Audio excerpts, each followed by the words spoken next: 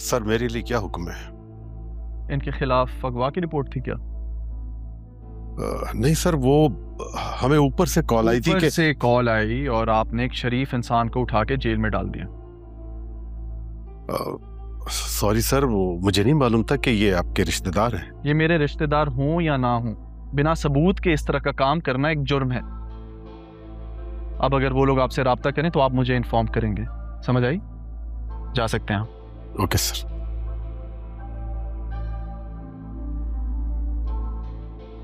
न जाने वो दो बेचारे कहाँ होंगे, किस हाल में होंगे। वैसे कुछ दिन पहले किसी शेल्टर होम का जिक्र किया था। ये बात आपने पहले क्यों नहीं बताई? हेलो, असिस्टेंट कमिश्नर अरमान सिकंदर हयात स्पीकिंग। जी सर, मैं क्या मदद कर सकती हूँ आपका? क्या आपके शेल्टर होम में सितारा नामी खातून आई हैं? और अगर वो आई हैं तो अकेली आई हैं या उनके साथ कोई और भी था? सर, सितारा अभी भी यहाँ अपनी बेटी के साथ पहुंची है। आप कहते हैं तो मैं आपकी बात करवा देती हूँ। नहीं, उसकी ज़रूरत नहीं है, मैं खुद आकर उनसे मिलूंगा। आप मेरा एक काम कर सकती हैं, बस उन्हें ये मत बताइएगा कि मैंने आपसे फ़ोन पे बात की है। सर, सब खैरियत तो है? जी सब ठीक है, प्लीज़ उनका ख़ास ख्याल रखिएगा। खुदा हाफिज। मिल गए? ये आपके घर से निकलने के बाद सारे रास्ते शेल्टर होम की तरफ क्यों जाते हैं? तो गलती मेरी ही है। मैं कभी हीरे की कदर कर ही नहीं पाया और 20 साल से इसी गुनाह की सजा काट रहा हूं। माफ़ कीजिएगा कबीर साहब, लेकिन जो सज़ा तारा आंटी और राहा ने काटी है ना, उसके सामने आपकी सज़ा कुछ भी नहीं। उन पर वो बुरा वक्त मैंने देखा।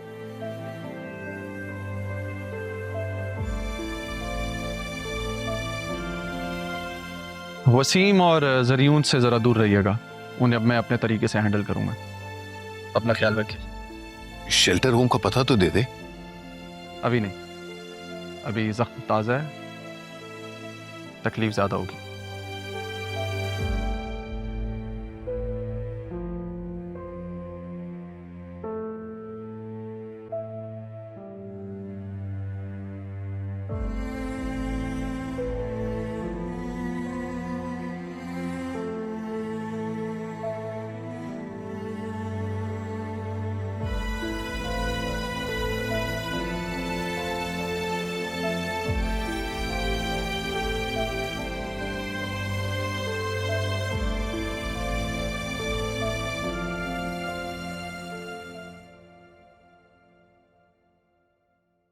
अब इस फाइल का क्या करूं? इसे फेंकूं के नहीं, क्या पता ये काम की हो। बेगम साहिबा ने लेकिन कहा था कि सारा कमरा खाली कर दूं। क्या करूं इसका? मुझे तो ये काम की लग रही है। खालदा, जी बेगम साहिबा। कल अदील आ जाएगा। तुमने राहा और तारा का सारा सामान घर से निकाल के फेंक दिया है ना? जी बेगम साहिबा, वो सब तो कल ही हो गया था। शुक्र है, अब ये पूरे का पूरा घर अपना लगने लगा है। तुमने भी बहुत काम किया है खालदा, इसलिए ये तुम्हारे। बहुत शुक्रिया बेगम साहिबा। या खुदाया, समझ नहीं आ रहा, बात बात पर पैसे दे रही हैं, पता नहीं क्या चल रहा है। अरे वो फाइल,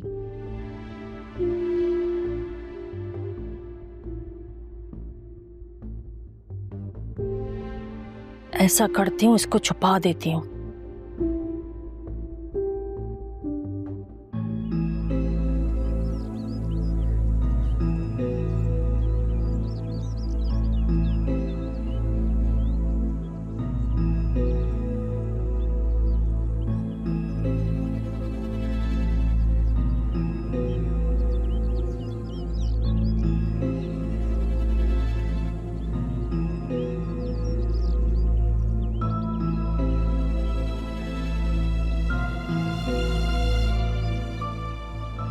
क्या हुआ है?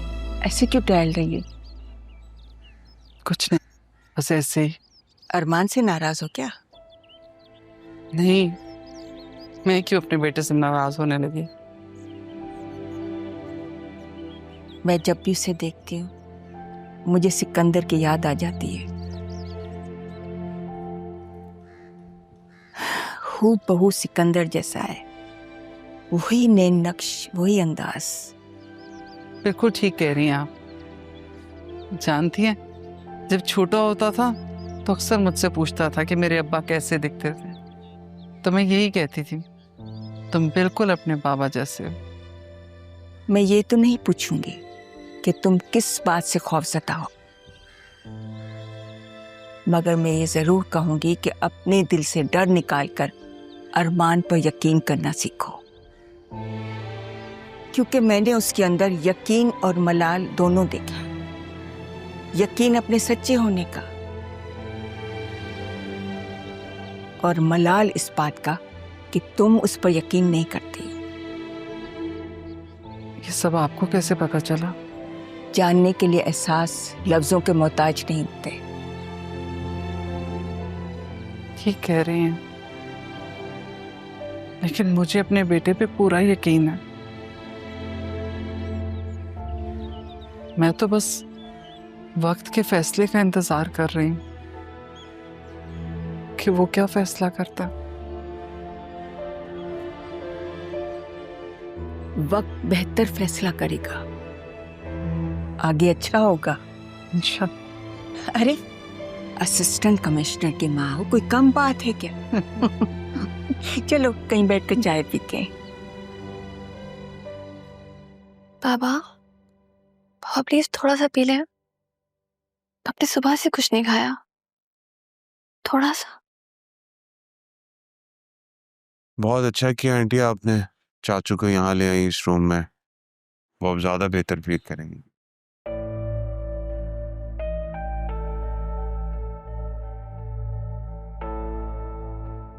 ये पूछ रहे हो कि इस रूम में क्यों?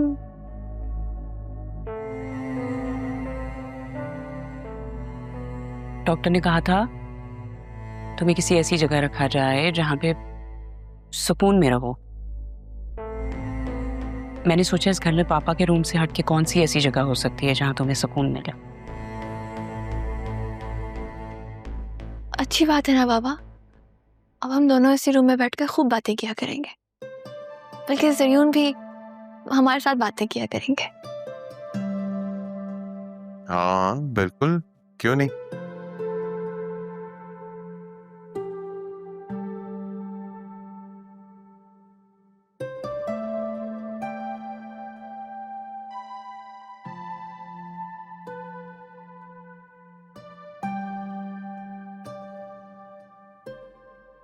अच्छा मैं चलता हूँ।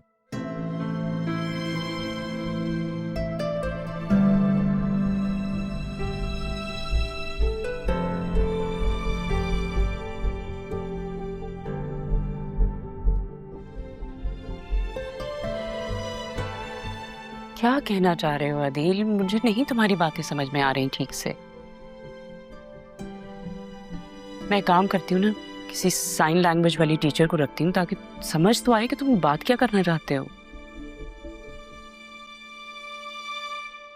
तुम ये तो नहीं पूछ रहे कि तारा और राहा कहाँ है?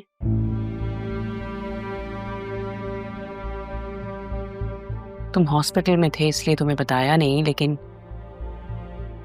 जब से तुम्हारी तबीयत खराब हुई है वो दोनों माँ बेटी कहीं गायब हो गई हैं।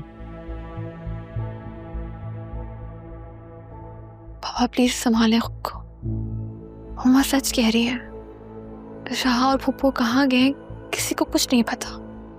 माना कि राहा कि हमसे जितनी भी नाराजगी हो या हमारी उससे, राहा को इस तरह नहीं करना चाहिए था। बहुत डिसअपॉइंटमेंट हुई है हमें उससे। मैं समझ सकती हूँ अदील, तुम्हें बहुत फिक्र हो रही होगी। यकीन करो मैं नहीं जानती, तुम्हारे एक्सीडेंट की वजह से आई वॉज एक्सट्रीमली अपसेट।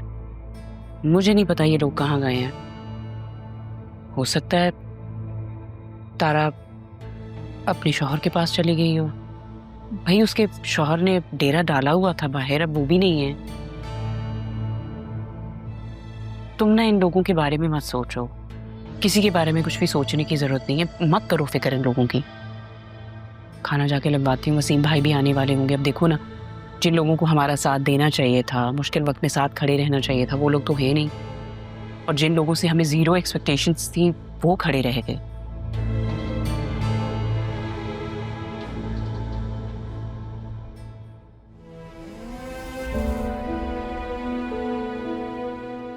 बाबा, सब ठीक हो जाएगा, अपने हौसले से काम लेना है। पता जान भी कहते थे ना कि वक्त कभी एक सा नहीं रहता, बदलता रहता है, कभी मरहम बन के, कभी अच्छी यादों में ढल के। ये वक्त भी गुजर जाएगा। और आपको पता है, सरीन और वसीम अंकल बहुत अच्छे हैं, मेरा बहुत ख्याल रखते हैं। आपको खुशी हुई ना ये जान के?